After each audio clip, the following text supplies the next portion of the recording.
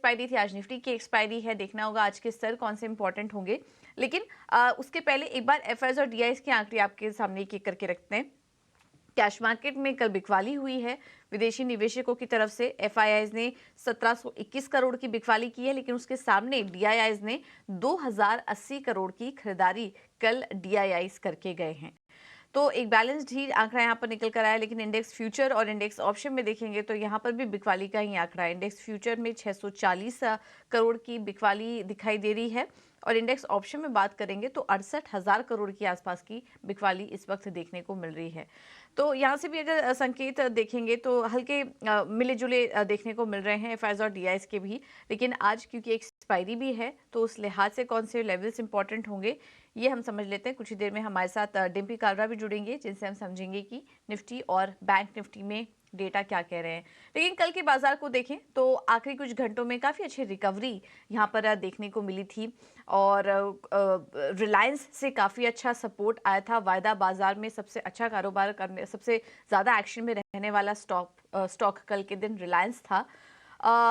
करीब 3% चला था, जिसके बाद बाजार को काफ़ी अच्छा सपोर्ट मिला और कुछ अन्य आईटी और बैंकिंग शेयरों से भी अच्छा सपोर्ट कल देखने को मिला है। तो कल की रिकवरी जो थी आधे घंटे आखिरी कुछ घंटों की, वो आज के लिए कितनी टिकाऊ रहेगी और आज इंपॉर्टेंट लेवल्स कौन से होंगे ये एक बार समझ लेते हैं। हमारे साथ डिम्पी कालरा जुड़ चुके हैं फोन लाइन पर। Dimpy, good morning. बताइए आज निफ्टी और बैंक निफ्टी में किन लेवल्स पर नजर रखें? गुड मॉर्निंग पूजा। देखिए, कल मार्केट के अंदर थोड़ी बहुत शॉर्ट कवरिंग आई है। हालांकि जिस लेवल से पोजीशनिंग बनी हुई थी उस हिसाब से शॉर्ट कवरिंग थोड़ी ज्यादा आनी चाहिए थी, लेकिन वो ठीक है क्योंकि अर्निंग्स है आज दो बड़ी कंपनीज की, वेटेज वाली कंपनीज है आईटी की। तो उससे पहले जो शॉर्ट कवरिंग है इट्स ए गुड साइन। कल मार्केट ने 47,000 का एक लो टेस्ट किया, हमारा स्टॉप लॉस भी यही था और ऑलमोस्ट उसने उसी जगह पर आके ही अपना बेस बनाया और वापिस से थोड़ा पुल बैक किया बैंक निफ्टी ने। निफ्टी ने भी 21,500 की काफी अच्छे से रिस्पेक्ट की। वजह उसकी ये थी कि 21,500 के आसपास ऑप्शंस में काफी काम हुआ है और काफी ट्रेड भी खड़े हुए थे, तो वहां से भी आके उसने उनको बचाया। तो 2 दिन की मेहनत मार्केट की काम आएगी। आज हल्का सा गैप भी मिल सकता है मार्केट को, तो ये सारी चीजें बाजार के फेवर में है। दूसरा पॉइंट ये है कि बाजार के रेजिस्टेंस को भी ब्रेक कर देगा, इतना दम है कि मार्केट की शॉर्ट कवरिंग में, तो मैं बोलूंगा नहीं। अभी आप एफआईआईज के जो नंबर पढ़ रहे थे तो आपने ये तो पढ़ा कि डीआईआईज ने 2,000 करोड़ रुपए की सेलिंग की है। थोड़ा सा नीचे जाएंगे तो इंडेक्स ऑप्शंस का नंबर भी लिखा हुआ है, वहाँ पे 68,000 करोड़ रुपए की सेलिंग हुई है और ये कई महीनों का सबसे बड़ा आंकड़ा है। इसका मतलब यह है कि बाजार के अंदर एफआईआईज का रुझान थोड़ा सा नेगेटिव है और उन्होंने पुट्स एक्युमुलेट की हुई है। तो इसका मतलब ये है अभी थोड़ी पोजीशनिंग रेजिस्टेंस की भी टाइट है।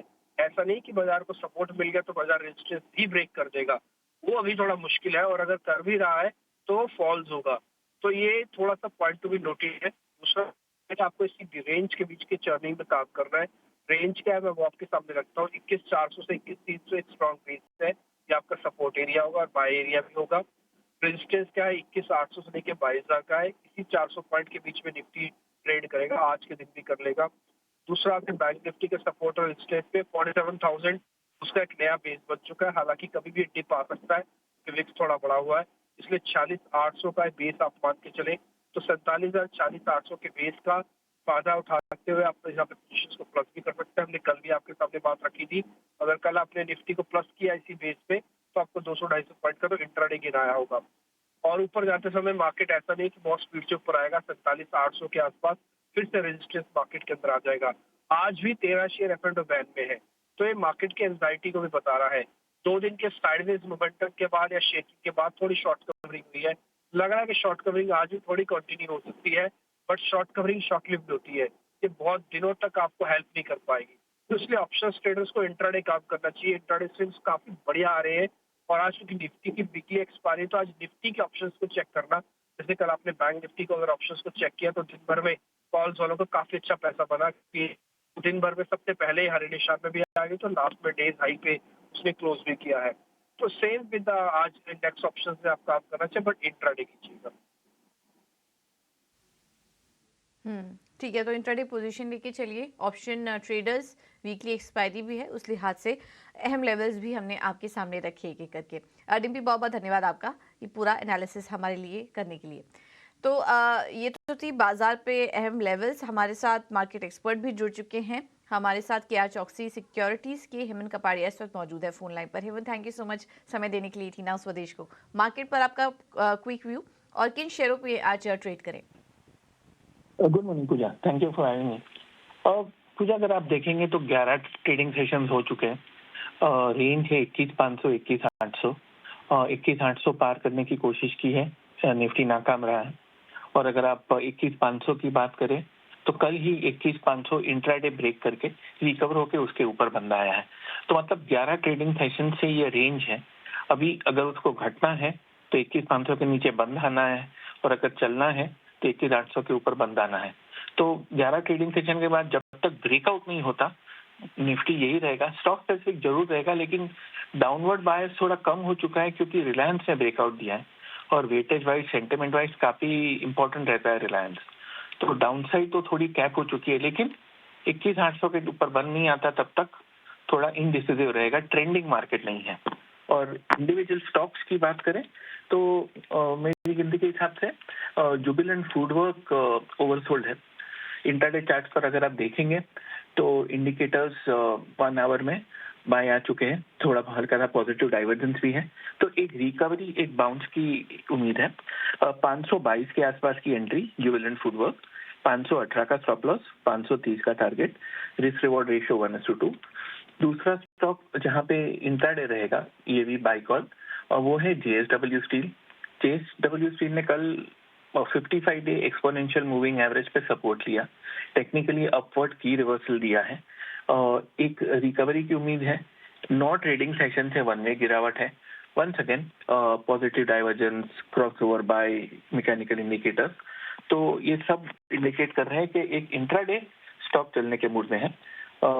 829 के आसपास की एंट्री, 824 का स्टॉप लॉस और 839 का टारगेट रहेगा JSW steel, risk reward ratio 1:2। पूजा।